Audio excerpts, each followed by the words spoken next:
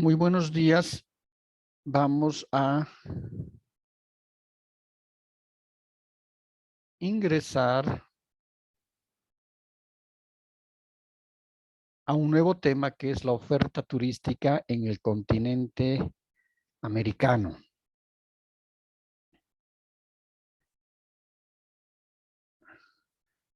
El continente americano está formado por 3 regiones, que en este caso sería Norte,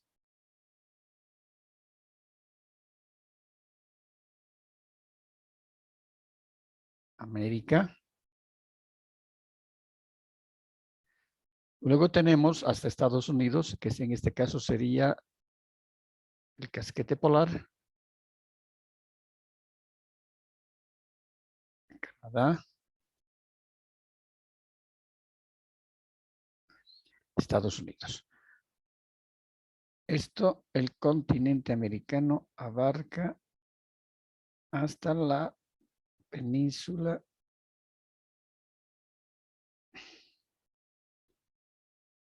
hasta acá, juntamente con México. Entonces, Norteamérica. Centroamérica, la región de Centroamérica, está constituida por esta franja, que la llamamos el Istmo, y toda la parte insular, es decir, todas estas ínsulas que también se las denominan en la subregión del Caribe. Y Sudamérica, desde Colombia hasta el Polo Norte, que correspondería a la región sur. Esa es la división geográfica, la que acabamos de ver, que es la más aplicada, si vale el término. Pero también existen otras divisiones que se las pueden hacer ver y que subdividen el continente en regiones. Una de ellas también es la región de regiones culturales y que está dividida por la América anglosajona y por Latinoamérica. En este caso, América anglosajona la dividen justamente por las características idiomáticas y son todas aquellas que hablan o tienen como lengua madre el anglosajón, y dentro de ellos, lógicamente, que está el inglés. Y las latinoamericanas, que tienen como lengua madre al románico, al romano, y de las cuales derivan el español, el portugués, el francés.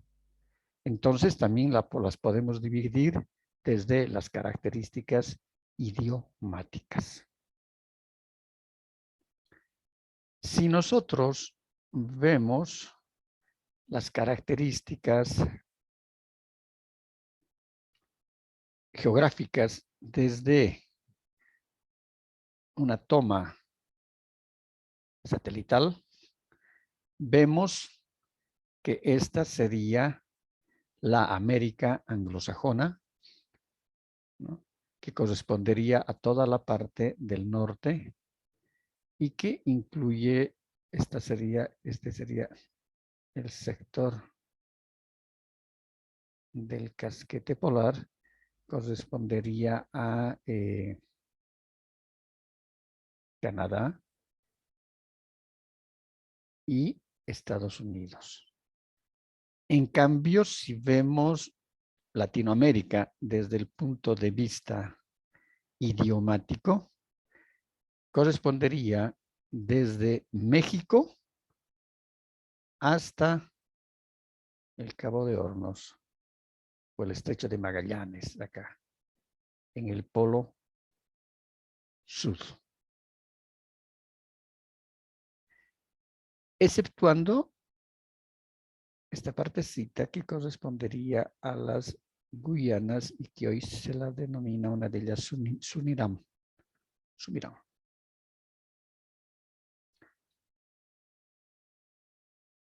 Las grandes unidades físico-geográficas, y en este caso, dependiendo de la forma del continente, tenemos en esta primera instancia América del Norte, América del Sur, cada una con su conformación fisiogeográfica, sus montañas, sus cordilleras, América Central, que en este caso estuviera constituida por el Istmo, y América del Caribe, que está constituida por la parte insular, es decir, ese gran número de islas que corresponden al Mar de Caribe.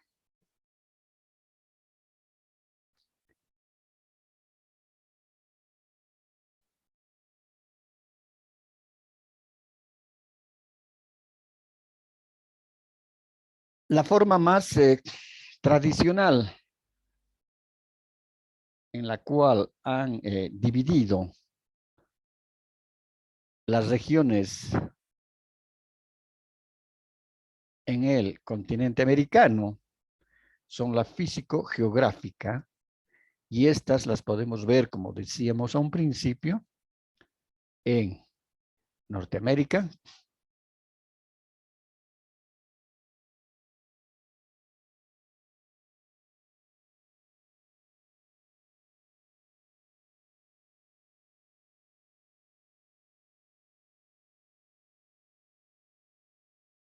Centroamérica y toda la parte insular, y acá tenemos a Sudamérica. Cada una de estas regiones tienen sus propias características geográficas, tienen sus propias características culturales, idiomáticas, ¿no? Y que están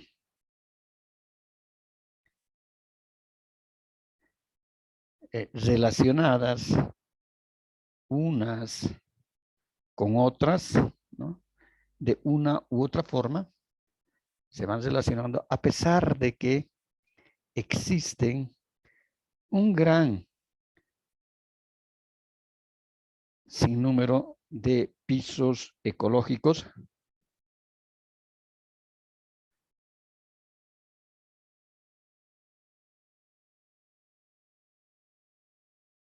y que van desde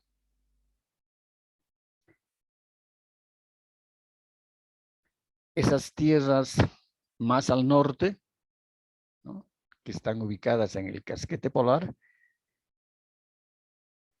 y a aquellas que van también y que corresponden a los bosques húmedos, a los bosques tropicales, a los bosques hiperhúmedos, ¿no?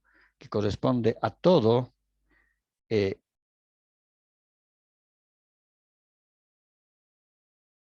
la parte del Amazonas, que es la región que tiene la mayor extensión, ¿no? de bosques en el planeta, y que constituyen fundamentalmente el pulmón del planeta. También encontramos tierras un poco más de las sabanas, encontramos en el sector de Sudamérica uno de los desiertos, el desierto más seco del planeta, que es el desierto de Atacama, porque nunca llueve, y llegamos también a la parte de las sabanas y lógicamente también llegamos a la parte del sur. En conjunto se caracteriza por estar comprendida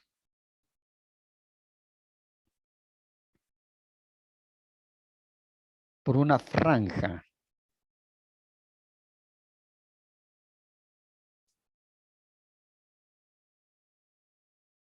alargada de norte a sur y por tener una gran extensión. Está rodeada por tres grandes océanos, como es, por ejemplo, el glacial ártico, que lo tenemos aquí al norte, el Atlántico, que corresponde acá, y el Pacífico, que lo tenemos acá.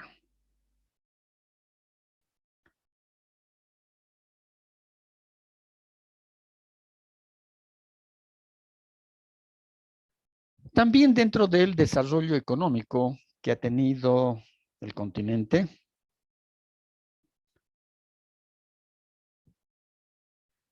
podemos ver, por ejemplo, esa división que hacíamos en las regiones culturales, la América anglosajona y Latinoamérica. Para el primer caso, en la América anglosajona, está integrada, decíamos, por Canadá y Canadá y Estados Unidos, y que comprende a todas aquellas colonias inglesas y algunas francesas, y que ha logrado un mayor desarrollo económico, ¿no?, en todo el continente, e inclusive ha tenido su influencia en todo el planeta. Para el caso de la región de Latinoamérica, se une a todos los países del continente que tienen menos desarrollo económico y que su mayoría comparten una herencia cultural que proviene de las poblaciones originarias que han sido colonizadas por los españoles y los portugueses, a partir de lo que sería, en este caso, México, hasta llegar al Polo Sur. También dentro de esta división que hacemos, vemos que la América anglosajona, desde el punto de vista cultural, ¿no?, en su mayor parte profesan la religión cristiana protestante. En cambio, la América Latina, la mayor parte de la iglesia, de su religión, son cristianos católicos, apostólicos, romanos.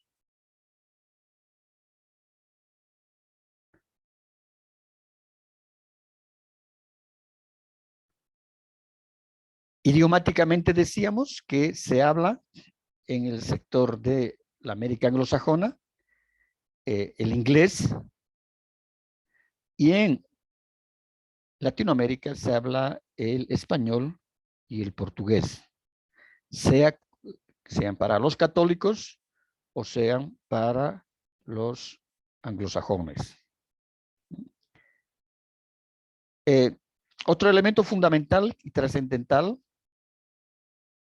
se pueden ver que perduran los descendientes indígenas, africanos e inmigrantes de otros continentes en todo el continente americano, gran parte de los cuales conservan todavía sus propios idiomas, creencias, religiones, tradiciones y costumbres, y lógicamente que se han mezclado con los de las costumbres, las tradiciones europeas, es decir, originando una cultura mezclada y muy diversa. Ahora, no nos olvidemos de que cuando llegan los ingleses son los primeros que van a, en este caso, a colonizar los ingleses son los que van a colonizar todo lo aparte que corresponde a Norteamérica, hasta lo que hoy es Estados Unidos, y los españoles y franceses colonizan a partir de lo que hoy es México hasta el Polo Sur. Entonces, la influencia de los conquistadores, sean portugueses o sean españoles, es trascendental en toda la región de Centroamérica y Sudamérica. Otra de las características es de que, si bien ya se sabe de que Colón llega a la América, a Centroamérica en el año 1492, pero ya se tiene datos científicos que establecen de que antes que llegue Colón, ya habían existido grupos, especialmente de vikingos, que habían llegado a la región norte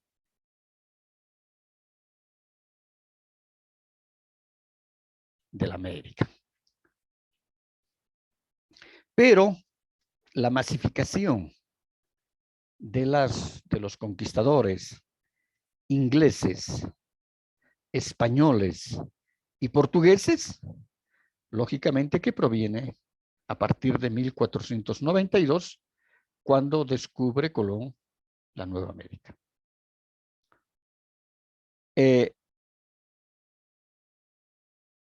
Como el continente en su conjunto es una extensión territorial muy grande, extremadamente grande,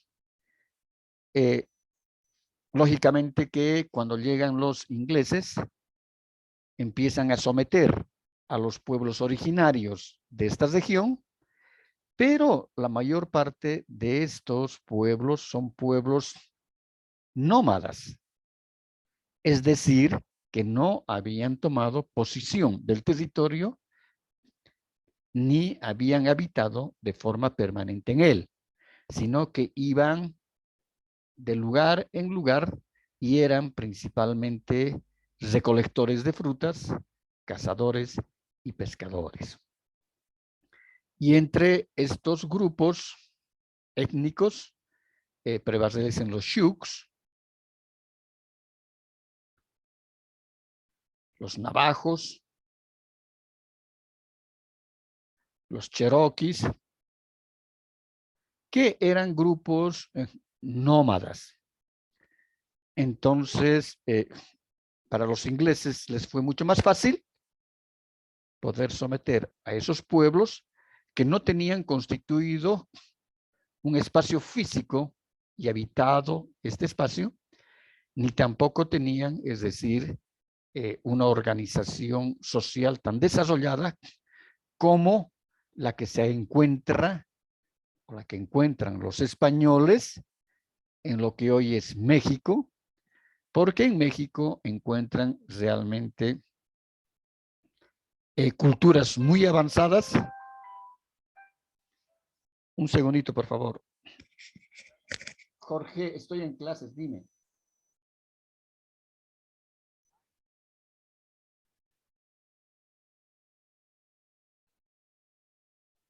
Ya, te llamo Jorge, ya. Perdón, entonces decíamos de que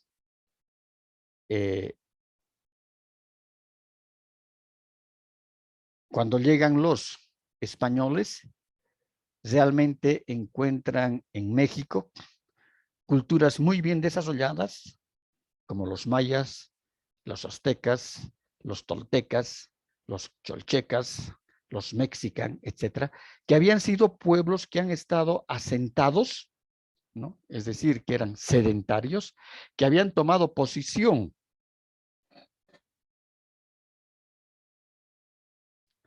de ese espacio físico, que habían desarrollado todo un sistema de producción agrícola ganadera y que lógicamente habían creado sus instituciones políticas, religiosas, culturales, habían creado sus edificaciones, y ahí es que vemos, por ejemplo, todas esas magníficas construcciones de la cultura maya, de la cultura azteca, que inclusive son comparadas, ¿no?, las pirámides con las pirámides de Egipto. Tenían un sistema social tan bien desarrollado que les permitía, ¿no?, poder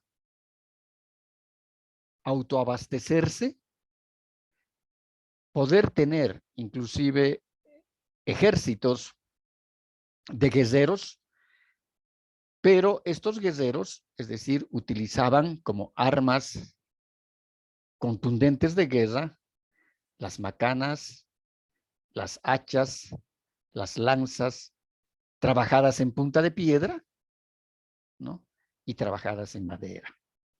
Es decir, no conocían el hierro. Pero su organización social estaba tan bien estructurada que, a pesar de que eran bastantes las culturas que habitaban esta parte del territorio, que entre ellos tenían muchas contiendas,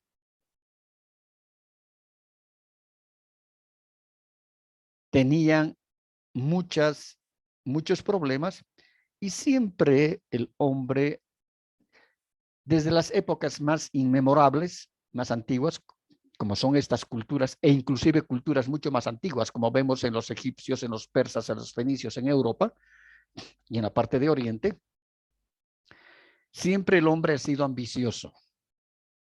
Siempre el hombre ha querido ostentar el mayor poder. Y es por eso que buscan la expansión y someter a sus vecinos, apoderarse de sus bienes y apoderarse también de las personas, de los individuos, y los toman en calidad de prisioneros y en muchos de los casos en calidad de esclavos. Hoy en día, por ejemplo, está muy debatido el tema entre los historiadores mexicanos de que han habido pueblos mexicanos que dentro de sus rituales y dentro de sus ofrendas a sus dioses, ¿no?, en este caso tenemos las pirámides escalonadas, que tienen esta forma y que son escalones muy altos. Estas pirámides tenían un fin y eran centros de ceremoniales. La cúspide era el centro de ceremonial para sus dioses. Y sus dioses generalmente eran, en este caso podían ser el sol, podía ser el viento, podía ser la lluvia. Pero la característica de muchos de estos pueblos es que daban y ofrecían ofrendas a los dioses. Y esas ofrendas eran, por lo general, la ejecución de esclavos a nombre o para sus dioses. E inclusive, una vez que mataban a la ofrenda, que era un sometido, ellos procedían a comer la carne humana. Es decir, que eran caníbales. Según estos últimos 10 años o 15 años, los historiadores en México dicen de que no fue aquello, sí que lograban despellejar, una vez fragmentado el cuerpo humano de la víctima que había sido sacrificada a los dioses, retiraban las partes blandas, es decir, la piel, la carne, la musculatura, y que dejaban que el fuego la consumiera para que vayan a los dioses. Esta teoría recién ha aparecido, como les digo, hace 10 a 15 años. Pero desde las épocas más antiguas, hasta no hace mucho, se dice que solamente podían comer estos restos eh, los de la clase privilegiada de estos grupos, mayas y aztecas, o toltecas y cholchecas, y que eran los soberanos y toda la corte de los soberanos que procedían a comer. E inclusive hay algunos historiadores que establecen acá, ¿no?, que se preparaba la comida cocida con los restos humanos. Hoy en día, no nos olvidemos de que México tiene una de las gastronomías más peculiares del planeta, e inclusive la gastronomía mexicana ha sido designada por la UNESCO Patrimonio de la Humanidad. Dentro de esa gran oferta gastronómica hay un platillo que se llama el pozole.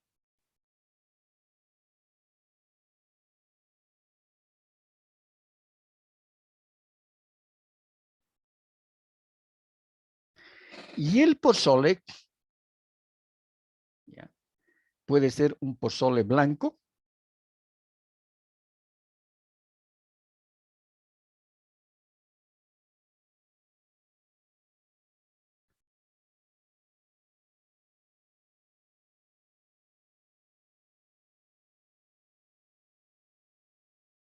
un pozole verde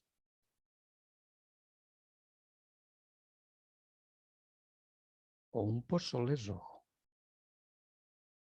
¿Y qué es el pozole hoy en día? Es igual que el fricasé. Son rajas de carne de cerdo, un poco desflecadas, desmenuzadas, con mote, es decir, maíz, con bastante caldo. Y si el pozole es rojo, es picante. Si el pozole verde es menos picante porque está con ají verde. Y si es el pozole blanco, no tiene ají. Entonces, según la historia de la gastronomía mexicana, establece que el pozole tiene su origen en las ejecuciones y los sacrificios humanos que se hacían y hacían estas culturas a sus dioses. Entonces, hay pues una riqueza cultural muy grande a partir de México hacia abajo. Y la cultura maya llegó hasta, inclusive, penetró hasta la frontera, que en este caso aquí está Panamá, este puntito es Panamá, y aquí está Colombia, Colombia que se inicia en Sudamérica. Inclusive, los mayas llegaron hasta Colombia y trajeron, lógicamente, esas características culturales de sus artefactos, es decir, sus pirámides, sus palacios, etcétera, todos trabajados en piedra, en arcilla, en yeso, etcétera, ¿no? Y cuando llegan los españoles y los portugueses a Centroamérica y a Sudamérica, también encuentran civilizaciones y culturas avanzadas. Muestra de ello es las culturas que se las denominan precolombinas, porque es antes de la llegada de Colón, ¿no? Aquí tenemos una de las más grandes representaciones que se inicia en el Ecuador, que tiene su influencia en el Ecuador, pero que su sede está en el Perú y que es el Incario, y que los incas se han expandido hasta casi todo el Ecuador, han llegado a Bolivia, han ingresado al norte argentino y también al norte chileno. Inclusive sus vestigios se los puede ver en las excavaciones arqueológicas que se han realizado estos últimos 20 años. Algunas piezas de la época del Incario expansivo se los puede observar en las regiones amazónicas. Otras culturas, por ejemplo, aquí hemos tenido los tiahuanacotas, en lo que hoy es Bolivia, ¿no? Que también ha sido una civilización muy antigua y que los tiahuanacotas han sido sometidos por los incas. Entonces, cuando llegan los españoles, encuentran culturas muy bien desarrolladas en toda esta región. ¿Preguntas?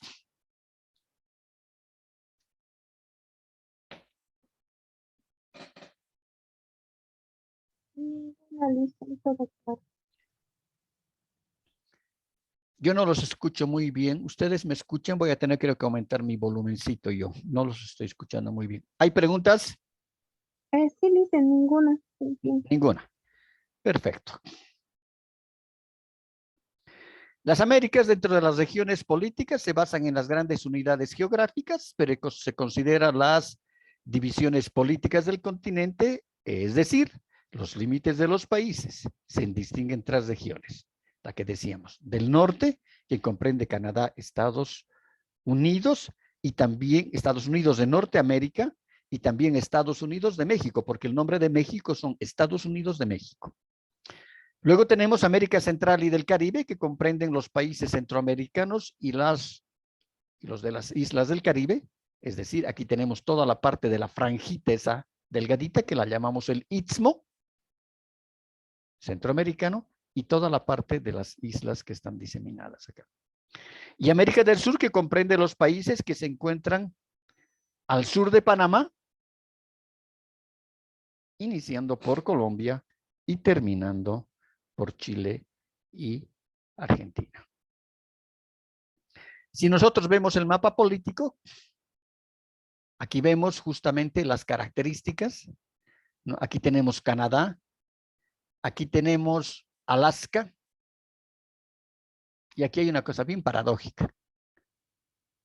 El último de los emperadores rusos, aquí vemos, aquí está Rusia. Claro, como esto es redondo, como es un globo, entonces aquí estamos viendo la parte de frente, pero si nos unimos, esta es la parte de aquí atrás, casi de atrás. Aquí es bien paradójico, porque Alaska pertenecía a Rusia, era dominio ruso, porque estaba proximita a ruso, mire. Y resulta que el zar, que era el rey, el zar Nicolás II de Rusia, antes de la revolución rusa, antes de que exista el socialismo y el comunismo en Rusia, ve de que Rusia estaba siendo muy, es decir, tenía los ingleses en ese entonces, la corona inglesa estaba sometiendo a gran parte de los países de Europa. Y ahí es cuando se conoce el sometimiento, la época del sometimiento inglés. Entonces las tropas inglesas empiezan a avanzar hacia Rusia, ¿no? Y por este lado, toda la fuerza naval, entonces tiene miedo de que pueda ser sometida Rusia por los ingleses y decide el zar vender Alaska a Estados Unidos. Y vende Alaska a Estados Unidos y pasados los años, ¿no? Esto debe ser en 1880, por ahí debe ser. Y después, lógicamente, que cuando los Estados Unidos compra Alaska, con el transcurso de los años, encuentran pues, los principales yacimientos de minerales, de petróleo y gas en el sector de Alaska. Y lógicamente que los rusos en la Unión Soviética, lógicamente que ya no pueden hacer nada, recuperar porque ya fue vendido a Estados Unidos. Entonces, aquí tenemos Canadá, aquí está el casquete polar, que el casquete polar también es una cosa así. Está y tiene también parte en Rusia, pero también está en Canadá. Entonces, vemos Estados Unidos, Canadá, Estados Unidos, vemos México. Aquí tenemos el Golfo de México. Acá tenemos desde Guatemala, empieza Centroamérica hasta Panamá, y esta parte es el Istmo. Aquí tenemos todo el Golfo de México. Acá tenemos Miami. Y aquí tenemos toda la parte de las islas, es decir, la parte insular que está en el Mar de Caribe, en el Atlántico. Y aquí recién vemos la parte de Sudamérica.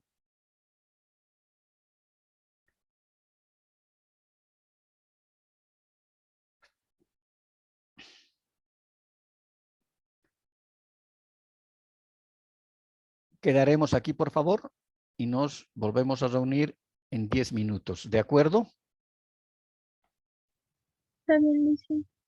Perfecto.